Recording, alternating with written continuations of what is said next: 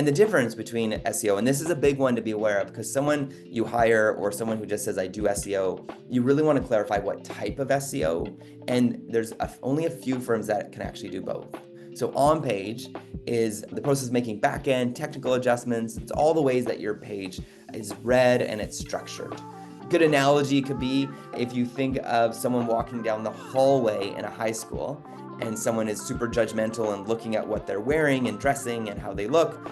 They're looking at the brand names on it, what blogs are on there, how is the website coded, and they're watching that website walk down the hallway.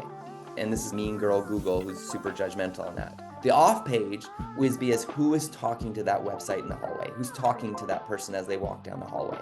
So as that website walks down the hallway, are all 4 or 5 people being like, hey, Tommy, I love your cat sweaters. Hey, cat sweaters are so great. Hey, tell me more about should I get my hairless cat a sweater? Or I have a very overweight cat. Do you have sweaters for that? So those quality backlinks are telling Google that you are an authority on a topic. And so many people focus just on page. The problem with that is, maybe back in the 90s and early 2000s, that mattered and that worked if you put all your eggs in that basket. But the problem today is that Google's getting smarter and wanting to be better and stronger and facilitate better search results. And so they've learned that people are really good at coding can game the system. And all these websites that aren't super relevant end up on the first 5 search results. And so they're giving more and more clout and energy and resources. So about 50% of where you rank is about those backlinks. And so it's really key that as much as you're doing on-page SEO, which is, hey, how is it coded? What's my content look like? You're also working on getting those quality backlinks.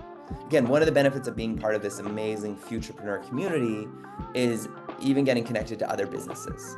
So in this Futurepreneur community, you could be like, hey, staff member Sally or whoever it is, be like, can you connect me to 4 other businesses who aren't in competition to what I do, or maybe complementary to what I do? And you can actually go to them and be like, hey, I would like to do a blog post on your site, and in exchange, Adam, you can do a blog post on my site. And you do what's called a blog exchange. I know you might be like, hey, they're new websites, so they don't have a high domain authority quite yet, but it's a good start and just a really easy hack and a really easy win to get 5 backlinks right away. And one of the perks and benefits of being part of this incredible community where you want to and you can work to support each other. And even being able to convince Futurepreneur to be like, hey, how would you like to do a blog post and feature my business? Because they have a really good high domain authority website, which again would link to your site. And the other ways, of course, is getting good articles on high domain authority news sites. But again, on page versus off page, there's a difference. Organic SEO are the blue links in the SERP pages, ranking specific pages on your website, and local SEO. So this is showing up in the map section. This is where I mentioned Google My Business. Local backlinks really help, and mentioning local areas that you serve. So local SEO, so this is the map section here. We've all seen it. We probably all use Google Maps, but there's a whole website called Google My Business. This is where you can get reviews. And man, just in the last 2 years, there's been so many new updates. You can add images and coupons and specials. Again, it is probably one of the most vibrant social media communities that no one thinks of as being a social media community. Local SEO ranking feature or factors, it's a bit different than the organic ranking factors. So again, the local stuff is Google My Business, so GMB. Make it easy for people to find you, contact you, see reviews. Again, the most important listing on the internet for local businesses. Sure, the name, address, phone number is consistent. Again, also if you target an older audience, make sure that it's consistent with Bing as well. There is Bing listings, people still Bing. Don't forget about Bing. Include photos, at least 5. Fill in the business description, provide updates. Encourage clients to leave a review. I can't stress that enough. And if they can mention the service or product that you provide and the city you're in their review, Google about a year ago started looking at reviews as well and actually using the content in reviews to say where you should be ranking. And remove or merge any duplicate listings. Now, public relations. So this is the off-site SEO piece. So this is for brand awareness generally, which is really great, but it gives you that referral traffic, which is also really great. And the third benefit for SEO reasons is your search presence. So some of the SEO tools to be thinking about, you're like, okay, I'm ready, I'm excited, I'm motivated. What are some of the tools I can be using? These are some of our favorite tools that we use at Jelly: SEMrush, Ahrefs, Screaming Frog, Google Search Console, SimilarWeb, and Systems. keyword research tools. So there's a Google Keyword Planner. So it talks about the search volume estimates. They're not absolutes, but they show search trends. I love the tool Google Keyword Planner. There's Google Trends is another tool, but a really fun and easy one to play around with is called Answer the Public. So you can brainstorm topic ideas and questions people ask on the internet based on a specific keyword. So it's a great way to be like 1 and 2 steps ahead of the searchers, because if there's a trend in searching when it comes to cat sweaters, how are you responding to that? Are you answering their questions?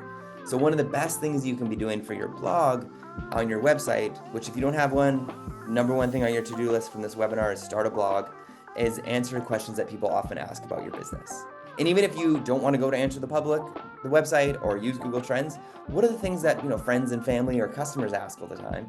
And answer those questions in the form of an answer. So if you're saying, hey, should hairless cats have cat sweaters? And you put that question at the top of your blog and then answer the question. And Google loves that, because if someone searches that, their Google bots are finding that, oh wow, there's a website over here that has actually literally written a blog with that question and has an answer. So they'll make sure that question pops up on top. They're looking for people that are informative, that are providing lots of resources. Listicles are really popular for Google bots. So if you were able to be like, hey, top 5 cat sweater companies in Canada, and you can mention 4 of your competitors. The reason being is it's really smart, because all of a sudden Google's, oh, that's a great listicle, and they're a really informed website that's neutral. We should send people to that site. And that's why listicle sites do so well. Sites that are articles in the form of a list.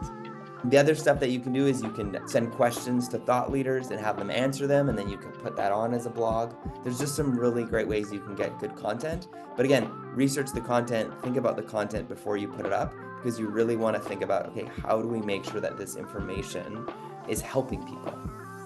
So keywords targeted, they should be implemented throughout the website, should be unique for each page. So think about the search intent of that person. How does that page help that person? And you can target the keywords in places like titles, meta descriptions, headings, alt tags, in your images. And these are all things that are on the back end of your website, where again, these are the things that your Google bots search. So if you want to break SEO down into kind of 3 buckets, you're like, there's off-site SEO, which is also known as public relations. Some people call it that. There's on-site technical SEO, which is the technical stuff here, like meta descriptions, headings, things like that. And then the third piece would be content SEO. And those are your blogs, answering questions, and your listicles.